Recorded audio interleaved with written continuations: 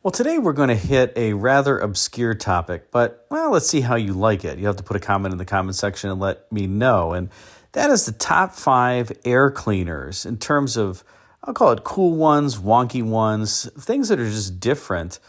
And we're going to focus on the ones that were produced by General Motors. So if you know of any cool and wonky air cleaners from Ford or Chrysler, put a note in the comment section because had to strain my brain to really think of 5 from Ford or Chrysler, but I certainly was able to come up with 5 from General Motors or even some other car companies. But regardless, this is an area where there wasn't a lot of attention to detail back in the 1950s, 60s, and 70s, and then as the 80s came about, it was like vacuum hoses and plumbing showed up all over the place until fuel injection was introduced on many cars. But regardless, some style was starting to become injected into the air cleaners themselves, and the underhood compartment was also beginning to get stylized. I think peak underhood compartment stylization was really probably the 1980s through the mid-1990s. Today, there's just a plastic beauty cover over most things under hood.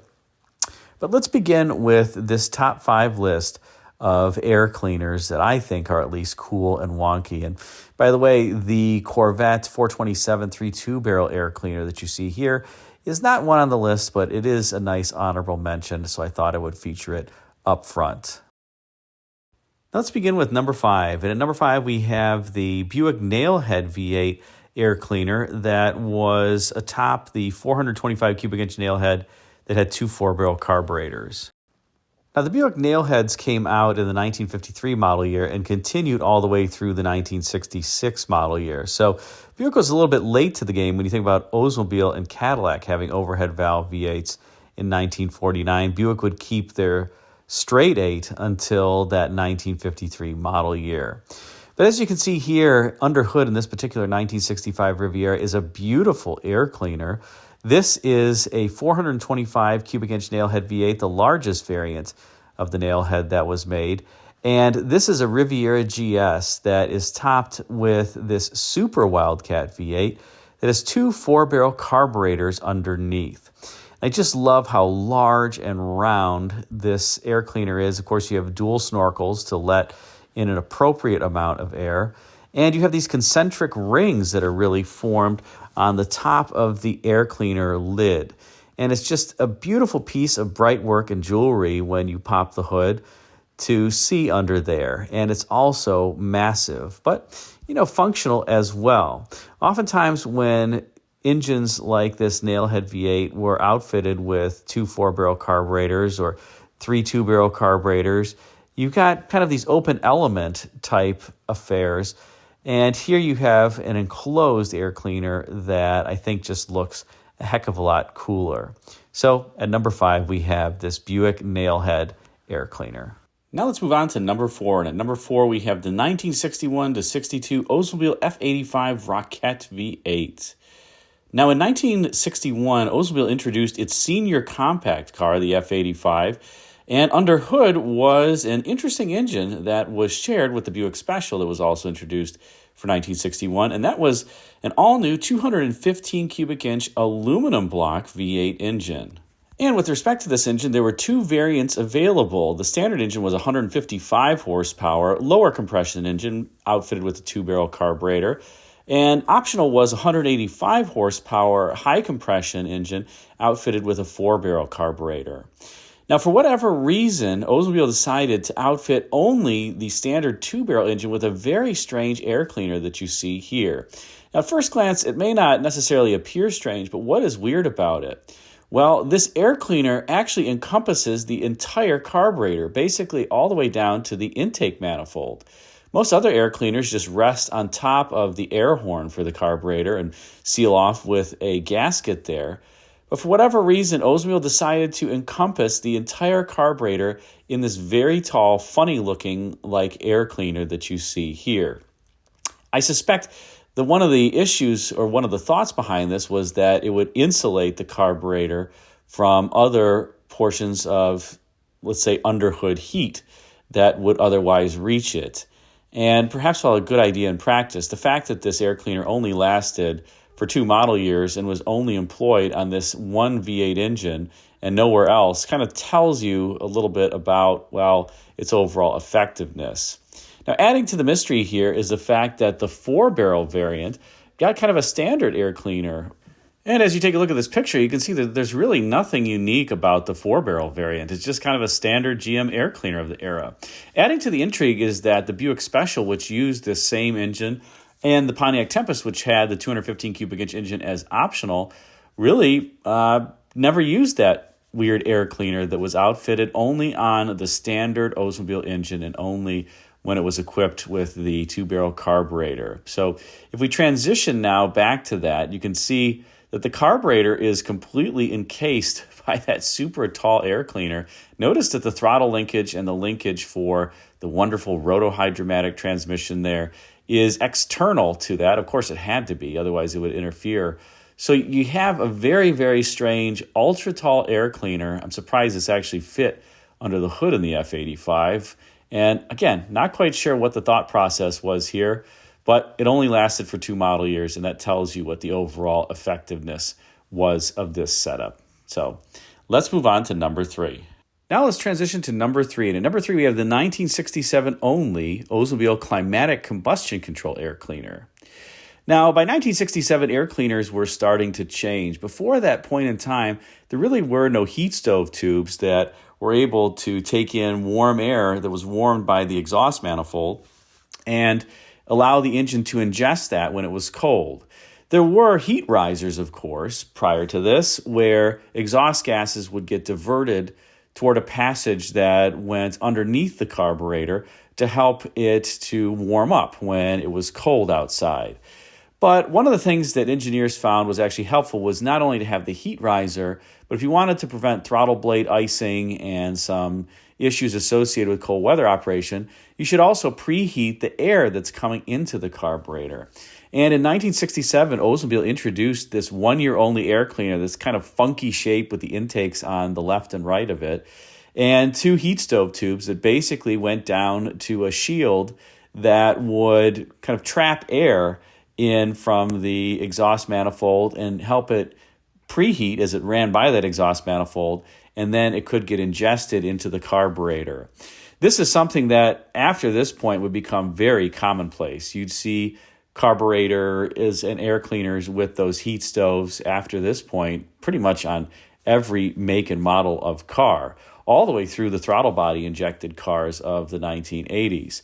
But at this point, this was something that was unique, and I guess Oldsmobile thought that they should have, well, this cool-looking air cleaner so that, you pop the hood and something looks cool underneath. It was optional on all of the big V8 engines that Oldsmobile offered for 1967, and then after that, they just went to a standard air cleaner that had a heat stove. But for 1 year only in 1967, they had this super cool air cleaner, and it has this very stylized writing, and I just think it looks really cool overall.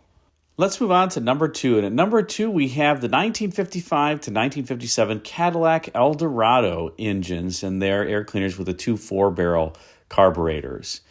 So as you can see here, what a beautiful air cleaner on these particular cars. In 1955, Cadillac Eldorados came with a 331 cubic inch V8 before being enlarged in 1956 to 365 cubic inches, and the 57s would also be 365 cubic inches.